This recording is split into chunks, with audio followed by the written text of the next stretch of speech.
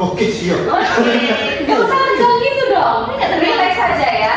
Jadi selama saya dari leasing sampai ke bank itu saya sudah ada 6 atau 7 kali lah saya mencoba sebagai CPNS. Luar biasa. Dan akhirnya saya diterima sebagai CPNS di tahun 2008. Waktu saya kerja di perusahaan asing, gak ada bikin syukuran. Waktu saya diangkat jadi advokat, gak ada syukuran. Tiba saya diangkat jadi CPNS, syukuran.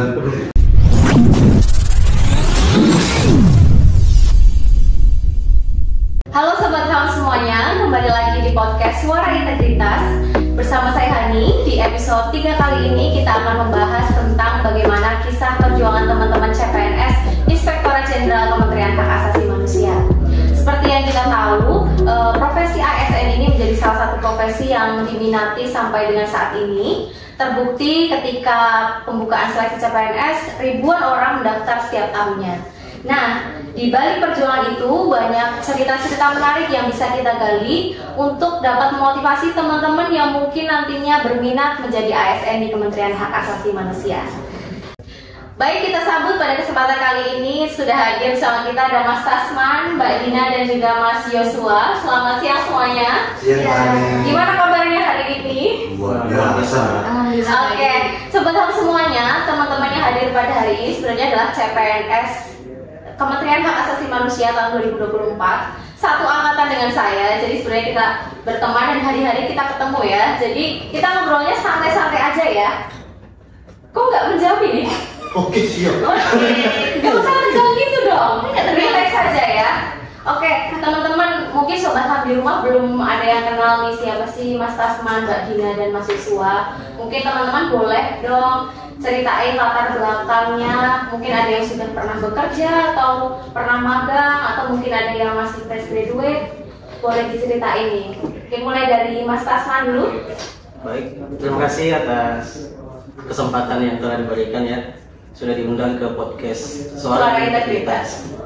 Baik, kebetulan saya lulus tahun 2024 kemarin, masih fresh graduate ya. Terus kebetulan kemarin itu ada tes seleksi CPNS, pembukaan tes seleksi CPNS, kemudian saya nyoba daftar, kemudian ikut tes, ya dan alhamdulillah keterima di sini. Oke, kalau Mas Tasman masih fresh graduate, masih kalau bahasa Jawanya itu masih kinyis-kinyis gitu ya. Oke, mungkin Mbak Dina gimana? Oke, kalau saya sendiri itu lulusan dari Fakultas Hukum Universitas Brawijaya. Sebenarnya saya lulus itu pada tahun 2022. Jadi ada saya sebelumnya itu ada pengalaman magang dulu sebelum ke CPNS. Nah, magangnya itu ada di kantor notaris. Nah, kebetulan karena magang di kantor notaris, jadinya ada nih pengalaman-pengalaman kayak oh ternyata itu kerja di swasta seperti ini. Gimana sih kerja di negeri seperti itu. Jadi adalah rasa-rasa ingin tahu terkait CPNS seperti itu. Jadi waktu ada pembukaan CPNS, lihat-lihatlah semua formasi dan sebagainya. Nah, kebetulan formasi yang saya inginkan itu ada di situ, yaitu formasi perancang peraturan perundang-undangan. Jadilah saya memutuskan untuk mencoba untuk menjadi CPNS di Kemenkumham. Oke, keren banget Mbak Dina. Kalau Mas Yosua sendiri gimana nih Mas? Sebenarnya terima kasih ya karena sudah mengundang saya kembali. Kalau untuk mencoba CPNS ini saya sebenarnya veteran ya. Sudah terlalu banyak saya mencoba sebenarnya. Awalnya saya bekerja itu di leasing. Di leasing itu hanya sebentar. Habis itu saya kembali menimba ilmu sebagai advokat. Setelah saya lulus advokat, saya bekerja di perusahaan asing yang bergerak di bidang manufacturing. Di situ saya sebagai legal team itu selama 1,5 tahun. Lalu saya bekerja di bank. Untuk sesudahnya saya menjadi CPNS. Jadi selama saya dari leasing sampai ke bank itu saya sudah ada 6 atau 7 kali lah saya mencoba sebagai CPNS. Dan akhirnya saya diterima sebagai CPNS di tahun 2024. Oke, melihat background teman-teman yang ada yang fresh graduate, kemudian pernah magang di kantor notaris, kemudian pernah ada yang jadi advokat dan kerja di bidang manufacturing ya tadi Mas. Iya, Kira-kira apa nih yang menjadi alasan teman-teman yakin untuk memilih berpindah jalur yang menjadi ASN, apalagi di Kementerian Hak Asasi Manusia? Mungkin kita mau tanya dari Mbak Dina dulu, gimana nih Mbak Dina?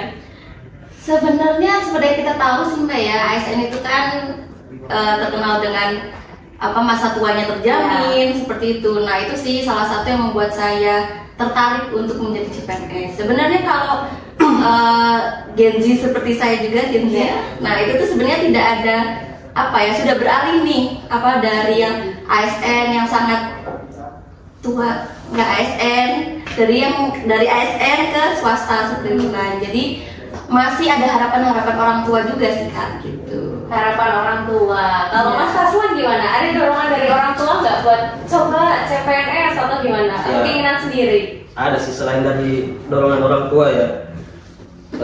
Salah satu alasan juga kenapa saya daftar jadi ASN karena saya kan berasal dari daerah ya. Nah di daerah itu biasanya kan stigmanya masyarakat itu menjadi seorang ASN itu adalah menjadi seorang ASN itu masih menjadi pekerjaan yang gitu ya kan. Jadi mungkin itu juga salah satu alasan saya untuk mendaftar CPNS kemarin. Oke, kalau Mas Yosua ini katanya sudah veteran berapa kali mencoba Mas? 7 kali, rute percobaan yang ke-7 dan berhasil. Iya. Luar biasa sekali. Kira-kira apa nih Mas yang membuat Mas tuh nggak mudah menyerah sampai 7 kali mencoba gitu? Apa nih Mas? Ya mungkin sama kayak saudara Tasman ya, keren ya ASN. Keren. Terus kemudian kalau menurut teman-teman keren, ternyata setelah masuk ke Kemenham gitu ya, perasaan teman-temannya gimana? Kemudian pergaulan dengan senior atau mungkin teman-teman gimana? Asik atau sesuai nggak sama ekspektasi kalian sebelumnya? Mungkin dari Mas Yuswa dulu deh, yang sudah 7 kali mencoba ini. Kalau menurut saya di luar ekspektasi saya sih sebenarnya. Kenapa tuh Mas? Karena yang saya pikirkan itu semuanya bakal profesional, enak diajak ngobrol. Ternyata sesudah saya masuk malah lebih dari yang saya bayangkan. Jadi senior dan teman-teman kita ini semua ini sangat luar biasa untuk diajak komunikasi dan bekerja sama. Oke, kalau Mbak Dina gimana? Untuk lingkungan kerja oke sih Kak, oke banget gitu kan. Tapi mungkin karena kita punya rasa, ini kan kementerian baru juga kan. Jadi meskipun PNS ataupun CPNS, kita tuh masih punya rasa sama-sama untuk membangun kementerian yang baru ini gitu. Jadi masih saling membantu, terus enak juga diajak ngobrol di lingkungan, seperti itu sih. Kalau Dek Tasman, karena ini FYI Mas Tasman ini adalah CPNS termuda di Inspektorat Jenderal, masih kelahiran tahun 2002, fresh graduate langsung one shot ya. Jadi cerdas sekali teman-teman. Gimana nih Mas Tasman? Ditempatkan di bagian apa kalau boleh tahu Mas Tasman? Di PPL Mbak. Di PPL. Kan orang-orang PPL-nya agak berat ya karena mengurusi anggaran gitu. Kalau Mas Tasman sendiri gimana nih perasaannya setelah masuk, apalagi di bagian PPL gitu?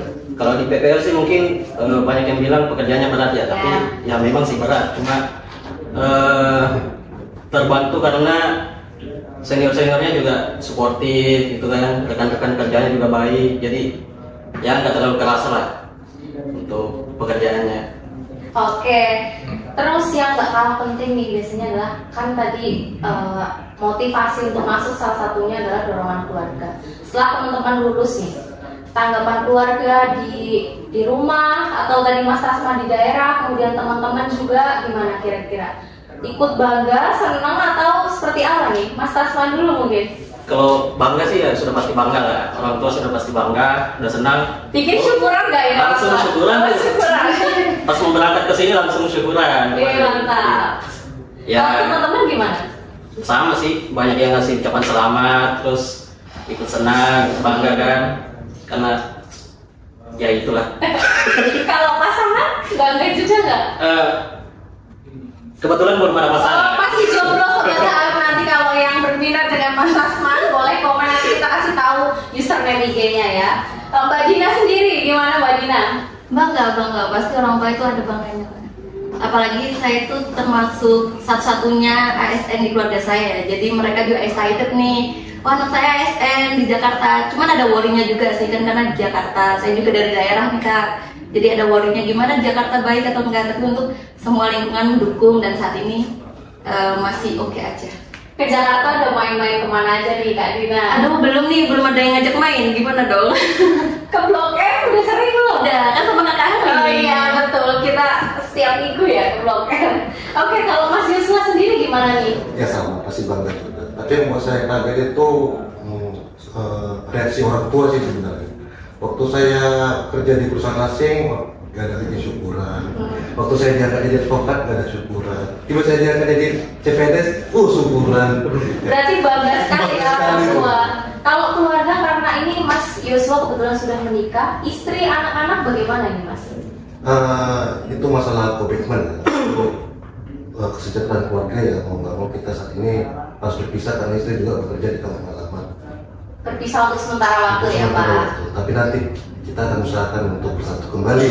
Iya betul. Oke teman-teman, pertanyaan selanjutnya ya nggak kalah penting nih. Teman-teman kan sekarang sudah lolos menjadi CPNS ya, insya Allah kalau dilantik menjadi ASN nih, kan banyak etika-etika yang harus kita jaga sebagai ASN. Salah satunya ketika bermedia sosial, kemudian bersosialisasi di masyarakat. Kira-kira teman-teman sudah tahu atau mungkin apa yang sudah teman-teman terapkan terkait hal itu gitu? Kalau mungkin Mbak Gina dulu deh. Kalau saya sepanjang menjadi CPNS ini ya pasti sudah berkomitmen sih Kak, jadi ASN yang baik dan sebagainya, dan sudah disosialisasikan juga sebelum waktu orientasi dan sebagainya. Untuk saya sendiri pribadi, yang pasti yang paling sekarang dekat dengan kita yaitu kan media sosial nih. Jadi kalau saya sih menerapkan prinsip jaga etikanya gitu kan. Apalagi sekarang banyak meme, banyak apa. Kita meskipun kadang merasa mau meng-share atau apapun, kita harus tahu nih, kita harus menahan diri. Sharean kita itu membuat membuat publik itu bagaimana, responnya itu bagaimana, negatif ataukah positif, seperti itu sih Kak. Oke, kalau Kak Dina lebih dari sisi media sosial ya. Kalau Mas Tasma sendiri nih, gimana ketika di masyarakat gitu? Mungkin kalau di masyarakat ya, mungkin lebih menjaga menjaga sikap, sopan santun. Ya, sopan santun, lebih mencerminkan bagaimana ASN lah gitu. Oke, kalau Mas Yosua sendiri bagaimana? Etika sebagai ASN itu kewajiban ya. Artinya sebelum sesudah saya tahu saya sudah lulus dari CPNS dan akan dilantik ke depannya, artinya saya sudah memiliki komitmen untuk bersikap, memiliki etika yang dituntut dari atasan saya, dari instansi. Nah, itu untuk kehidupan sehari-hari itu, dalam kehidupan sederhana itu saya coba dengan keluarga saya gitu, untuk bersikap, menunjukkan sikap etika ASN. Baru selanjutnya saya terapkan di tetangga kos saya, seperti itu hal kecil ya. Tidak lupa juga saya bertanya kepada senior-senior kita ya, yang sudah lama terjun di bidang ASN, bagaimana bersikap baik di publik maupun di media sosial agar kita kedepannya bisa lebih hati-hati dalam menjaga sikap kita. Oke, luar biasa sekali Mas Yosua jawabannya. Oke, mungkin ini sebelum obrolan kita berakhir, yang mungkin Sobat Ham juga tunggu-tunggu adalah gimana sih kakak-kakak, apalagi Mas Tasman ini yang sekali coba langsung lolos, kira-kira ada nggak sih tips atau trik belajar untuk menghadapi soal-soal di seleksi CPNS yang kemungkinan 2026 insya Allah akan dibuka. Kita berdoa bersama-sama. Kira-kira dari siapa dulu nih yang mau ngasih tips belajar? Mas Tasman dulu? Yang sekali coba langsung lolos ini, silakan Mas Tasman, gimana nih tipsnya? Kalau tips mungkin banyak-banyak berdoa aja sih. Banyak berdoa. Ya, terus banyak-banyak belajar, latihan-latihan soal. Ya mungkin itu aja sih. Udah itu aja. Ikut bimbel nggak? Ada ikut bimbel nggak? Enggak. Nggak ada sih. Oh, dia berarti memang sudah cerdas dari sananya ya Mas Tasman. Oke, kalau Mbak Dina gimana?